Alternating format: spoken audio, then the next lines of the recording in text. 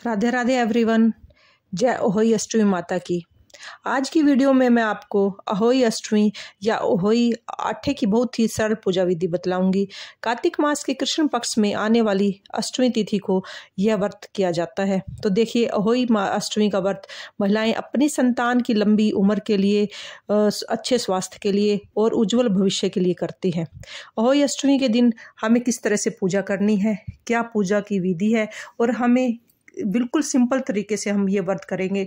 तो चलिए वीडियो को स्टार्ट करते हैं। सबसे पहले जिस स्थान पर हमें पूजा करनी है उसको अच्छे से साफ कर लें और वहाँ पर एक चौकी लगाकर उसमें पाटरा उस पर लाल रंग का वस्त्र बिछा दें। अगर आप चाहो तो बिना चौकी के भी ये पूजा कर सकते हैं।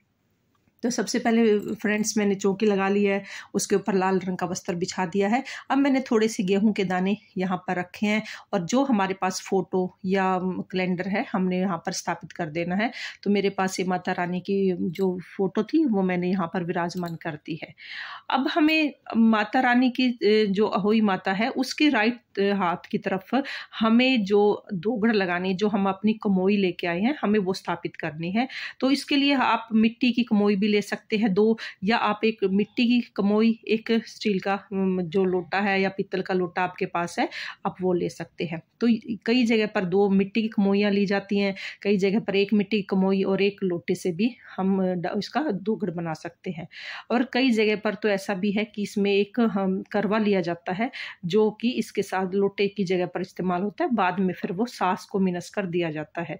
तो आपके यहाँ पर जैसा रीति रिवाज है आप उस तरीके से कीजिए। तो हमारे यहाँ पर तो 2, एक मिट्टी की कमोई होती है, एक स्टील का लोटा होता है। तो इन दोनों को लेकर दोगड़ बनाई जाती है। तो यहाँ पर पहले थोड़े गेहूं चावल रख लेंगे, फिर मिट्टी के घड़े लेने हैं। आप चाहे तो मिट्टी के 2 घड़े ले सकते हैं या चाहे तो मिट्टी का 1 घड़ा ले सकते हैं। दूसरे घड़े में जो घर में जो लोटा होता है वो भी आप ले सकते हैं। कुछ लोगों के यहाँ मिट्टी के 2 घड़ों का रिवाज है, कुछ के यहाँ पर चीनी का करवा भी ले सकते हैं। तो आप इनमें से जो चाहे वो ले सकते हैं। मैंने 1 घड़ा और 1 लोटा लिया है, तो इस पर मैंने मोली कलावा बांध दिया है। अहोई अष्टमी की जब हम पूजा करते हैं तो हम इन 2 घड़ों को रखते हैं। उसे एक बार रखने के बाद किसी भी तरह यहाँ पर हिलाया नहीं जाता और दिवाली होने तक इसको नहीं उठाते हैं। दिवाली के दिन ही इसे उठाया जाता है और या कई जगह पर ये भैया दूज के दिन भी उठाते हैं। तो इससे पहले इसे नहीं उठाना चाहिए। तो ये दोगड़ ऐसी है कि इसको हम दोगड़ को हम दिवाली पे या भैया दूज पे ही इसको उठाते हैं। और इसका ये जो जल होता है, इसको हम जल को अपने, जब हम दिवाली वाले दिन इसको अपने नहाने में या अपने घर में छिड़काव में इस्तेमाल करते हैं। तो फ्रेंड्स, अगर आपके फोटो में आप गणपति जी दिए हुए हैं तो आप गणपति जी को विराजमान करने की आवश्यकता नहीं है, क्योंकि हमारे फोटो में पहले से ही गणपति हैं। अगर नहीं है तो आप अलग से गणपति को स्थापित कर सकते हैं। तो उसके बाद मैंने थोड़े से गेहूं के दाने लिए हैं जो मैंने माता रानी के आगे रख दिए हैं और इसके ऊपर ही मैं दीप को प्रज्वलित करूंगी। अगर आपके यहाँ पर दीप प्रज्वलित का कोई रिवाज नहीं है तो आप इसको स्किप कर सकते हैं, बाकी पूजा एक जैसी ही है। तो अगर अब हमने दीप को यहाँ पर रख दिया है तो उसके बाद ये जो हमारी शौ माता की माला है, तो ये शौ माता की माला हम जब व्रत रखते हैं तो इसको अपने गले में धारण करते हैं। तो ये जो शौ माता है चांदी की बनी होती है, इसमें गाय और बछड़े होते हैं। तो ये इसमें मोती होते हैं। जब हमारे यहाँ पर घर में कोई लड़का होता है या बहू आती है या हमारे बच्चा कोई तरक्की करता है, घर में कोई उन्नति होती है, तो हम इनके मनके को बढ़ा देते हैं। हर उसमें 2 मनके बढ़ाए जाते हैं, जोड़े में मनके डाले जाते हैं। तो ये हमारी संतान वृद्धि के लिए ये मनके डाले जाते हैं और ये चांदी का होता है। तो फ्रेंड्स, ये हमने यहाँ पर शौ माता को पहना दिया और अब हमने शुद्धिकरण करके दीप को प्रज्वलित कर रहे हैं। तो दीप प्रज्वलित हो चुका है और अब हम सबसे पहले हम दीप प्रज्वलित करने के बाद हम सबको तिलक करेंगे। अब हमने गणेश जी को, जो भी हमारे फोटो में देवी देवता है, हमने सबको तिलक कर दिया है। और उसके बाद हम तिलक करने के बाद ही हम अपने कलश पर भी तिलक करेंगे और इसको सतिया भी बनाएंगे या स्वास्तिक का चिन्ह करेंगे। तो हम, और फिर उसके बाद शौ माता की जो हमारी फोटो है उस पर भी हम तिलक करेंगे और उस पर भी हम चावल से और अक्षत और फूल चढ़ाएंगे। तो हमें सब पे फूल भी चढ़ा देने हैं और फूल अर्पित करने के बाद ही हम भोग प्रसाद अर्पण करेंगे। भोग प्रसाद सब जगह का अपना अलग अलग रिवाज है। कहीं पतासे भोग में अर्पित किए जाते हैं, कहीं पर पूड़े बनाए जाते हैं, कहीं पर मीठा भात बनाया जाता है, तो सबका अलग अलग है। कहीं पर शाम को भोग अर्पित किया जाता है। तो फ्रेंड, और जो ऋतुफल आपके पास है वो ऋतुफल आप समर्पित कर सकते हैं। उसके बाद ऋतुफल में भी आप जो आपके पास अवेलेबल है चीज़ वो आप उसमें रख सकते हैं। अब आप सास को देने के लिए अगर आप जो भी आपकी सास पहनती है, साड़ी है या सूट है, जो भी पहनती है, उसको आप कोई भी वस्त्र समर्पित कर सकते हैं। और वस्त्र के ऊपर दक्षिणा जरूर रखें, क्योंकि जब तक हम कोई दक्षिणा नहीं देंगे हमारी पूजा सफल नहीं होती है।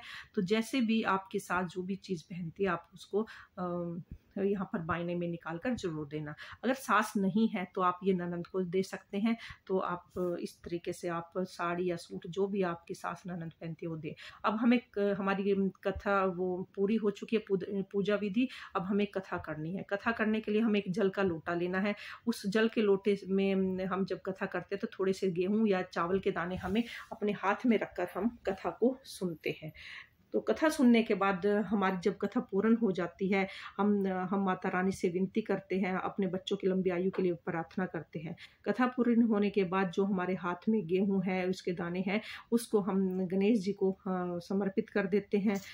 गणेश जी को समर्पित करें, लक्ष्मी जी को समर्पित करें, और जो बाकी हमारे गेहूं के दाने या चावल के दाने बच जाते हैं उसको लोटे के जल में डाल दें।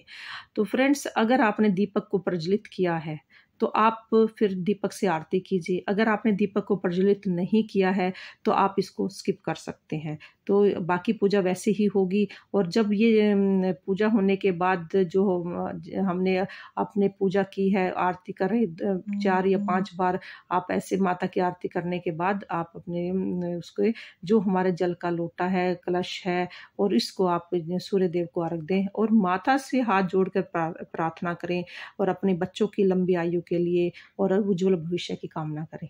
तो ये जल के लोटे से सूर्य को अर्घ दें, और जो हमने बायना निकाला है और वो आप अपनी सास को दें। जो ये कलश रखा हुआ है, कुमोइया रखी हुई है, इसको आपने हिलाना नहीं है। ये भैया दूज तक या दिवाली तक, जैसे भी जिसके यहाँ रिवाज है उस तब तक ये ऐसे के ऐसे ही रखा रहेगा। तो और ये जो हमारी साड़ी है, सूट है, ये जो हमने बयाने में निकाला है, ये आप अपनी सास या ननंद को दे सकते हैं। तो फ्रेंड्स, जो हमने रात को भोग प्रसाद बनाएंगे या दिन में आपने बनाया है, उसके साथ ही ये साड़ी, सूट, ये जो भी है, और दक्षिणा देकर आप और साथ में बयाना देकर आप अपनी सास को ये दीजिए या अपनी ननद को दीजिए। तो इस तरीके से ये हमें व्रत को संपन्न करना है। तो फ्रेंड्स, कई जगह पर ये व्रत 2 तरीके से किया जाता है। आधे दिन का होता है कई जगह पर पूरे दिन का होता है। कई जगह पर सूर्य को अर्घ देने के बाद ही हम खाना खा लेते हैं, और फिर उसके बाद आप खाने का कोई नियम नहीं, आप जब भी चाहो खाना खा सकते हैं। कई जगह पर ये व्रत ऐसा होता है कि रात को तारों को अर्घ देकर ही खाना खाया जाता है, और उसके बाद ही हमारा ये व्रत संपन्न होता है।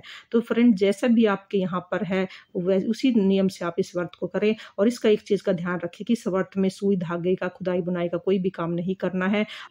फ्रेंड्स, अगर आपको मेरी ये वीडियो पसंद आई है तो प्लीज़ इसको लाइक, शेयर और सब्सक्राइब ज़रूर करें। हम अपने त्यौहार को कैसे मनाते हैं, इसी चीज़ को मैंने दिखाने की कोशिश की है। अगर आपको पसंद आए तो ज़रूर इसको लाइक और सब्सक्राइब करें। जय अहोई अष्टमी माता।